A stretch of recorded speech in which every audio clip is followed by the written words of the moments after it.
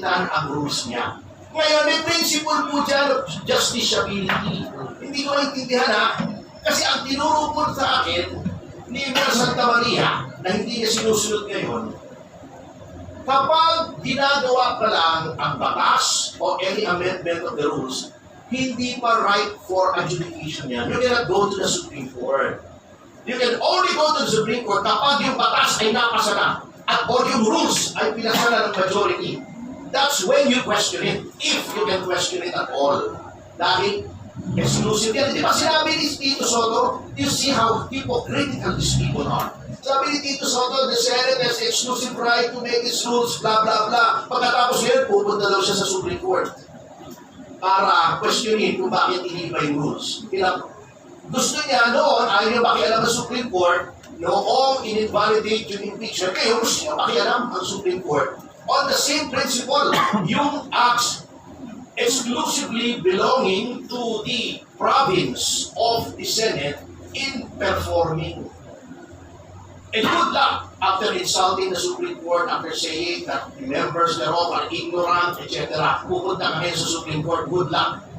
Baka ang mangyari sa kanya pag may sinabi siya sabihin sa kanya ng Supreme Court insulto yung Supreme Court, ako pupunta ron. Sinasabi pa nila, may nagsabi sa akin, pwede daw hindi sundin yung order ng Supreme Court. Bakit pupunta sa Supreme Court? Diba? How hypocritical these people are. Noong panahon ni Trillanes na nakakulong, gusto nila remote participation. Noong panahon ni De Lima nakakulong, remote participation. Ngayon, ayaw nila. And then, someone will say na, pinamadali niyo ba ito?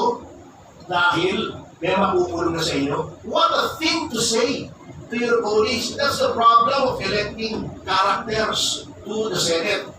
Diba? I will just vary the old saying. Diba? When you elect clowns to the Senate, the clowns will not become honorable. The Senate becomes a circus. Matindi po yung sinabi nyo. If there's anything that is unparliamentary, hindi yung ginawa ni Senator Aimee, because that forms part of the prerogative of any senator to raise the question of privilege. Hindi kasi marunong yung ibang mga senador natin. Kung mababasa nila yung mga ibang privilege speeches before martial law, ni na Jokno, ni na Minoy, ni na mas matitindi pa sa ginawa. Those of you do not remember, matanda na po kasi ako, kaya pinakamatanda ito. Kasi before the advent of the internet o social media, lahat po ng privilege speeches ng mga senador, pinapublish nila. Then meron po tinatawag na franking privilege. Libre po, pag nag-mail sa inyo ang mga senador na kahit ano, libre, hindi kailangan ng post office stamp. Ginagamit po yun ng mga senador, daan-daang libo minimil nila ng sinyo-sinyo, lalo na yung mga local government officials. My father was a board member, he was a councilor. Dami siya nakakatanggap ng kopya ng mga privilege speeches, pinababasa niya sa akin. Matitindi. Si Minoy accused President Marcos Sr. of orchestrating the Javi na Master. Ngayon, dinibang, wala naman palang prueba, sabi ni Bobby Tiglo. Hindi po kailangan na may proof doon. Privilege nga yun eh. Why is there such a doctrine as the rubric of privilege? It's to encourage every senator in representation of the millions who voted for him or her na magsalita freely without fear of reprisal except before his peers by way of an ethics committee complaint. At this point, let's welcome former Secretary Mike Denanzon.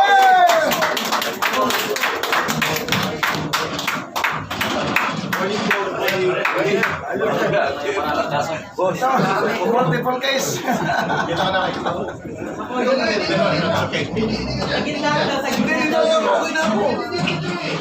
Highlight. Dapat yung pinagagwapo nasa gitna. Pinagagwapo dapat nasa gitna. Kami mga... Dito ka lang. We will evacuate. Nag-request na yung photographer ng picture mo dahil. Pwede pa picture daw muna. sorry bro, sorry. Parang hindi nila tayo kilala. No? Nag-request na ng photographer ng picture. Ay, opo, sige po, opo. Picture daw muna nakatingin sa harap. That's okay. Picture daw muna. Nagre-request ng picture yung photographer.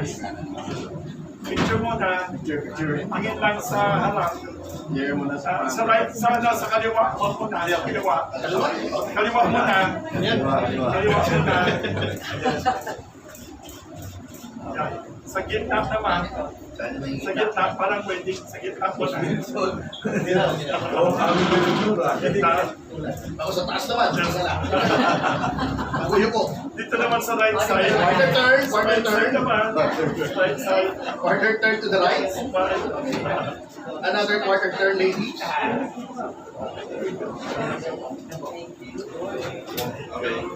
Anyway, to continue with the kind permission of my host and Mike, actually, I was just blabbering about here dahil hinihintay ka namin. Now that you're here, I can wind up. Anyway, yun po ang concern ng PDP. We are appealing to our senators for sobriety. Yung pinagsasasabihin ng tyranny of the majority, there is no such thing. In a democracy, talagang majority ang nasusunod. Bakit? Pagka nanalo ba nung nanalo ba si BBM, may nagsabing tyranny of the majority. That is democracy. The majority rules. Yun po yun. Wala tayong magagawa doon. Those are the rules. And the rules of the Senate are subject to amendment at any time by the will of the majority. Wala pong tyranny dito. Puro kay pokrituhan, puro demagoguery ang pinagsasabi ng minority. Ngayon, I challenge Senator Lacson. Kasi isa pang hipokrito yan eh. Surrender siya kay Bato. Una-una, pumirma yata siya dun sa Resolution 44, di ba? Si Ping. O, pagkatapos surrender, hindi naman siya surrender noon. Nagtago siya. O, all those calling for the surrender of Senator Bato are hypocrites. Because yung sina Teddy Casino, sina Lisa Masa, noong 2006, ewan ko kung buhay na hindi pa sa inyo dito, nagtaguyan ilang linggo sa loob ng House of Representatives. Diba? Tignan niyo yung mga news reports. Pinagmalaki pa ni Lisa Masa, doon na daw siya naglalaban ng panty sa loob ng House of Representatives sa lababo. To evade arrest. Si Trillanes, gano'n din. Si De Lima, 2 araw yan nakiusap. I was there. Kasi kami ng BACC nag-file nung Philippine drug case. We were there nung isa-serve yung warrant. Nakiusap si De Lima, baka pwedeng 2 days muna ako rito to wind up. Hindi siya pinasok. Wala nagpumilit pumasok doon para arrestin siya. Now they're calling for surrender at they are justifying yung pagpasok sa Senate. Nakapal ng mukha nito mga to eh. Grabe. Si Lacson na ang nag-coin ng word fugitive from injustice. Swerte lang yan si Lacson, sinuportahan niya si Noynoy, tumawid ang administrasyon. Noong in-run yung certiorari niya ng Court of Appeals, yung si Solicitor General Cadiz, ang Aquino appointee, did not appeal. Can you imagine the crime of the decade, hindi mo i-appeal yung pagkatalo ng gobyerno? Solicitor General ka. Yung mga annulment cases nga na ordinary, na-appeal automatically ng OSD, siya hindi niya appeal. Yung Nasser Corbito double murder, may 2 tao namatay. For the technicality, nag-grant yung lifting ng warrant ng principal accused, hindi mo i-appeal. O yan ang tirada. Diyan, swerte si Ping. Swerte lang talaga si Ping. But one day his luck will run out. Anyway, I challenge you, sige, pakita niyo yung tunay na mukha niyo sa sambayan ng Pilipino. Forever mag-walk out kayo.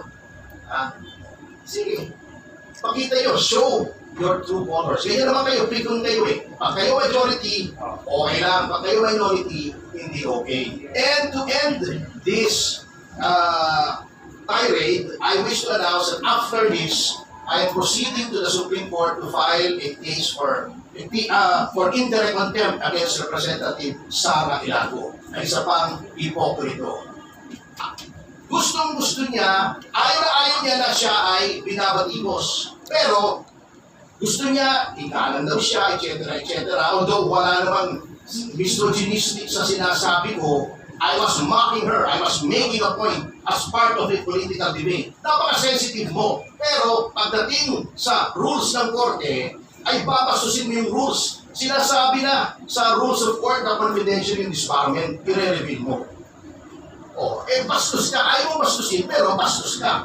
At yung mga bayan black, bastos yung mga yan. Ha? Dapat ay change yung last letter yan eh. Kabayan. Hindi, letter G. No, anyway.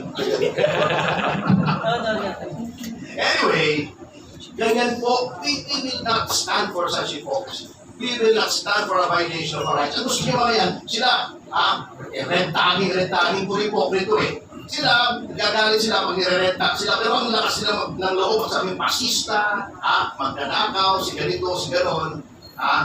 Ang matindi ang hypocrisy, we will teach them a lesson. And also in the words, last na po ito, because I know you're anticipating the talk of Secretary Defensor, it's a civil suit against actress Jasmine Curtis is also in the works.